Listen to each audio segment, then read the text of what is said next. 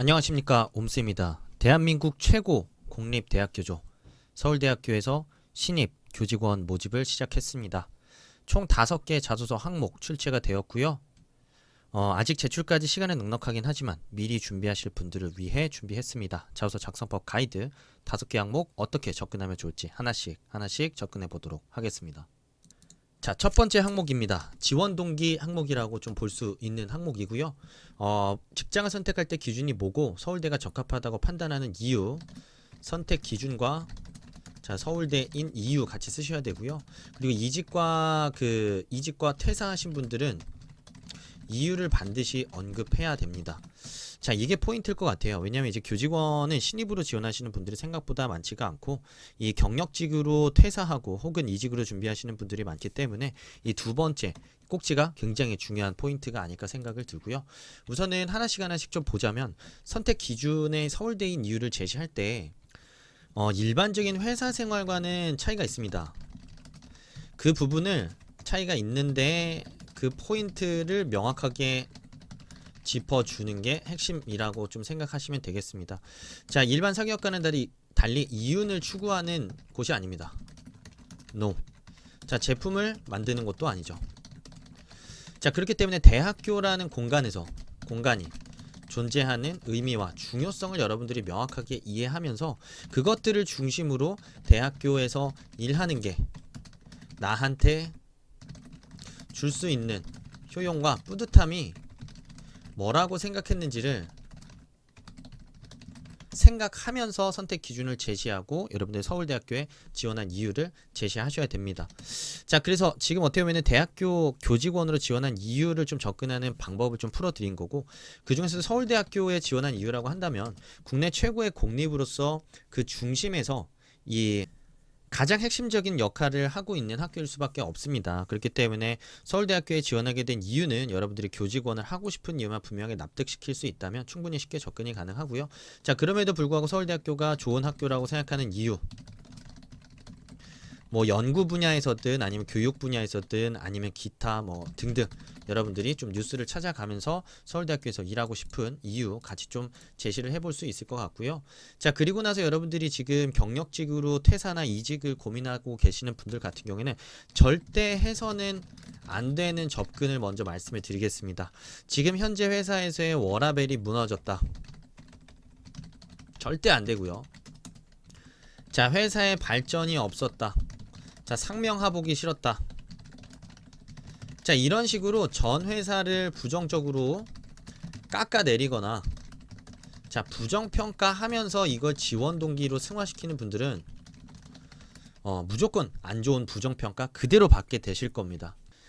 자, 그렇기 때문에 이런 분들 같은 경우 접근 포인트를 어떻게 해야 되냐면 오히려 이 이전 회사, 지금 회사에서 근무하면서 느꼈던 아쉬움, 하지만 이 대학교에서 교직원으로 일하면서 느낄 수 있는 효용감과 즐거움, 뿌듯함이 뭐라고 생각했기 때문에 교직원을 지원하게 되었다라는 식으로 접근을 하시는 게 좋고요. 자, 그래서 지원을 했는데 그 중에서도 서울대학교이기 때문에 무엇보다 가장 오고 싶다라는 생각이 들었다는 흐름으로 접근하시는 게 가장 현명한 접근이라고 생각하시면 되겠습니다. 자, 2번 항목 가보도록 하겠습니다. 직장 생활에서 중요하게 생각하는 가치와 본인을 가장 잘 드러내는 키워드를 이야기하고 그 이유를 기술해 달라고 하고 있습니다. 자, 포인트는 이겁니다. 회사 생활에 있어서 중요한 가치를 드러냈는데 가치와 나를 드러낼 수 있는 키워드를 드러내야 되는데 이걸 어떻게 드러내야 되냐면은 구체적인 상황, 자, 경험을 중심으로 드러내는 게 핵심입니다. 자, 그래서 피상적으로 나는 뭐 회사 생활할 때 어떤 가치가 중요하다, 나는 되게 적극적이고 뭐 전향적인 사람이다, 매사에 그랬고 항상 그런 마인드로 임하려고 했고, 이런 이야기를 하게 되면은 설득력이 떨어집니다. 왜? 구체적인 근거가 없으니까. 자, 그래서 구체적인 근거를 중심으로, 경험을 중심으로 여러분들이 생각하는 회사 생활의 가치와 여러분들만의 캐릭터를 드러내는 게 포인트라고 생각을 하시면 되겠고요. 자, 그렇기 때문에 경험을 선택할 때에도 나의 캐릭터, 그러니까 회사 생활 하면서의 나의 회사 생활 내에서의 캐릭터라고 한다면 역할이 잘 드러나는 경험을 제시하면서 자, 나는 어떤 사람입니다. 특히 어떤 가치가 중요하다고 생각합니다 라는 주제를 뽑아내시면 되겠습니다. 자, 이렇게 뽑아 나온 주제는 소제목으로도 충분히 활용이 가능하실 거고요. 뭐 그래서 사례를 들어본다고 한다면, 자, 땡땡 전자에서 일을 했다, 인턴을 했다. 자, 그런데 나는 처음에 이런 부분 몰라서 난감했다. 자, 하지만 하나씩 배워나갔다. 주변에 물어 가면서 공부했고, 자, 밤새 찾아가면서, 자, 못한 공부 팔로업 해가면서 내가 따라갈 수, 캐치업할 수 있었다. 자, 그걸 통해서 내가 생각하는 직장에서 본인이 중요한 가치, 적극적인 배움과 뭐 열정 이런 걸 제시해 볼 수 있겠고요. 이걸 드러낼 수 있는 키워드라고 한다면은 뭐 예를 들면은 뭐 호기심충 뭐 이런 것도 있을 수 있고, 열정충 뭐 이런 것도 얘기해 볼 수가 있겠죠. 뭐 꼭 벌레를 얘기하라는 건 아니지만 이런 식으로 내가 중요하다고 생각하는 가치와 그걸 나를 보여줄 수 있는 나의 캐릭터까지 한 번에 제시를 해볼 수 있기 때문에 그렇게 어렵게 접근하지 않을 수 있고요. 그래서 구체성 있게 그 상황, 해당하는 상황부터 먼저 찾아보시면 훨씬 쉽게 접근 가능하실 겁니다. 자, 세 번째 항목입니다. 본인이 지원한 직무를 수행하기 위해 필요한 역량은 무엇이냐, 해당 역량을 갖추기 위해 어떤 노력을 했냐라고 얘기를 하고 있고요. 자, 교직원이긴 하지만 일반 행정이 있고 여러 가지 이 이공계열 직군들이 있을 겁니다. 이공계열 직군들이야 당연히 여러분들이 그 업무를 수행하는데 필요한 직접적인 지식과 경험들 제시해 볼 수 있을 거고요. 우선 일반 행정 중심으로 얘기를 하자면 뭐 다양한 것들이 중요합니다. 일반적으로 NCS에서 중요하다, 행정 업무를 수행하는 데 있어서 필요한 모든 역량들이 다 해당된다고 생각하시면 됩니다. 뭐 기획력이 될 수도 있고 문제 해결력이 될 수도 있고 뭐 소통력이 될 수도 있고 분석력이 중요할 수도 있습니다. 자, 이 중에서 무엇을 제시하느냐? 그건 여러분들 마음입니다. 자, 다만 제시할 때 포인트가 있다면, 자, 교직원의 뭐 예를 들면 행정은 어떤 역할을 어떻게 수행하기 때문에 어떤 역량이 얼만큼 왜 중요합니다 라는 식으로 여러분들이 이 어떤 하나를 선택한다고 하더라도 그 역량이 필요하다고 생각하는 분명한 이유와 근거를 직무에 대한 이해를 바탕으로 제시를 해주는 게 포인트입니다. 자, 그리고 나서 이런 역량 내가 쌓기 위해서 어떤 노력을 했는지, 자, 아니면 관련된 경험이 무엇이 있는지, 뭐 문제 해결력이라고 한다면 어떤 상황에서 어떻게 문제를 잘 해결해서 되게 좋은 결과를 냈는지 그런 경험들을 제시해 볼 수 있겠죠. 자, 그래서 경험일 수도 있고, 자, 지식일 수도 있습니다. 이런 것들 뭐 많이 해봤으니까 이런 것들은 그냥 제가 이 정도만 언급하고 넘어가도록 하겠습니다. 자, 네 번째, 본인이 단체 생활 중에 가장 힘들었던 경험과 그 경험을 통해 얻은 것은 무엇인지 기술해 달라고 하고 있습니다. 요거 또 무작정 리더십, 여러분들 뭐 책임감 이렇게 접근하시지 않는 거 우선은 권합니다. 왜냐면 단체 생활 중에 본인이 가장 힘들었던 경험을 묻고 있는데 내가 리더십을 가지고 막 열심히 뛰어가지고 모두 다 잘 이끌어서 잘 됐다. 그럼 그 경험을 통해 얻은 건 뭐예요? 내가 다 잘하면 된다? 당연히 이상하겠죠? 그러니까 뭐 마치 리더로서 내가 모든 것들을 다 일사천리로 해냈다라는 이야기를 전제하게 되면 굉장히 이상할 수밖에 없어요. 이 4번에서 묻는 어감은 사실 그런 리더십에 대한 부분이라기보다는 여러분들이 이 사회생활을 하다 보면, 단체 생활을 하다 보면 쉽지가 않습니다. 예를 들면 여러 사람들의, 자, 각기의 가치관도 다르고 생활 방식, 자, 사고 방식 모두가 다르기 때문에 계속해서 대치할 거예요. 대치하고 갈등이 생기고, 자, 그것 때문에 힘들었던 상황을 묻는 겁니다. 자, 그리고 이 상황을 어떻게 뭐 해결했는지, 자, 거기서 느꼈던 점이 무엇인지, 진짜 있는 그대로의 어떤 회사나 단체 생활 속에서 여러분들이 느꼈던 중요한 가치를 정말 현실적이고 사실적으로 제시해보는 것 자체가 굉장히 중요한 항목이라고 생각하시면서 작성을 해보시면 좋겠습니다. 자, 요 정도까지만 말씀드리고 네 번째 항목은 넘어가도록 하겠고요.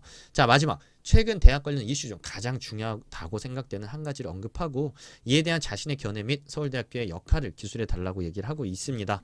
자, 이슈라고 한다면 어차피 과거의 이슈가 지금 현재까지 대부분 많은 것들이 이어져 오고 있고요. 그리고 코로나19 사태로 인해서 촉발된 그런 이슈들까지 좀 대략적으로 한번 언급을 해보도록 하겠습니다. 자, 가장 큰 문제입니다. 학령 인구 감소 문제입니다. 이로 인해서 학교에 재원이 급감하고 있고요. 자, 이로 인해서 자꾸 학교의 경영 또한 악화되고 있는 실정입니다. 자, 그렇기 때문에 지방에 있는 대학교들 같은 경우에는 지금 학생을 구하기 위해서 난리고요. 실제로 학교 자체가 문을 닫는 경우도 굉장히 많이 발생을 하고 있습니다. 지금 현재 인구 절벽이 급격하게 다가오고 있기 때문에 향후 10년, 20년 뒤에 우리나라에 존재하는 대학교 수 자체는 급감을 하게 될 가능성도 매우 높고요. 자, 그렇게 된다고 한다면 우리나라에서 어떤 더 좋은 지식, 더 좋은 인재가 나올 수 있는 토대 자체가 사라지는 것과 다름없습니다. 당연히 대학교에서는 재원이 많이 있어야 그 재원을 가지고 학생들을 위한 더 좋은 교육 프로그램도 만들 수 있고 연구도 하면서 우리 더 좋은 지식들이 나옴으로써 이 세계적인 경쟁력을 갖출 수 있는 그런 뭐 인재사관학교로서 기능을 할 수가 있는데, 이런 학령 인구 감소는 앞으로 학교의 경영난을 더욱 심화시키고 더 빠른 악화를 더 부추긴다라는 측면에서 굉장히 중요한 이슈라고 생각하시면 되겠습니다. 자, 그리고 대학금 등록금 동결 문제도 저는 중요한 문제라고 생각이 듭니다. 이게 뭐 정치적인 문제라고도 좀 볼 수 있긴 한데, 제가 알기로는 대학금 등록금이 지금 인상이 동결된 지 거의 10년이 넘은 것 같습니다. 제가 대학교를 마지막에 졸업할 당시의 등록금을 아직도 비슷한 수준으로 대학생들이 내고 다니는 걸로 제가 얼마 전에 들으면서 충격을 받았습니다. 10년이라는 시간 동안 물가도 올랐고 우리의 소득 수준도 올랐습니다. 근데 대학교에서 학생들에게 받는 입학금은 등록금은 그대로라니. 그렇다고 한다면은 더 좋은 선진 교육 시스템을 구축하고 학교의 설비들을 바꿔가면서 세계에 나가서 기능할 수 있는 그런 인재들을 만들 수 있는 최첨단 그런 교육 환경들을 구축해 나가야 되는데 더더욱 뒤처질 수밖에 없는 상황입니다. 그런 측면에서 이런 것도 저는 굉장히 중요한 이슈라고 생각하고, 이런 시대 흐름에 맞는 사회적인 논의가 필요한 시점이 아닌가라는 생각도 저는 일부 들고요. 이 이제 정치적 견해를 떠나서 사실 이거는 이제 우리가 대학교 교직원을 지원하는 입장이기 때문에 그 대학교 입장에서 고민할 수 있는 문제이기 때문에 제가 언급을 좀 드린 거고요. 자, 코로나19 사태로 인해서 지금 빠르게 비대면, 언택트 시대로 전환이 되고 있습니다.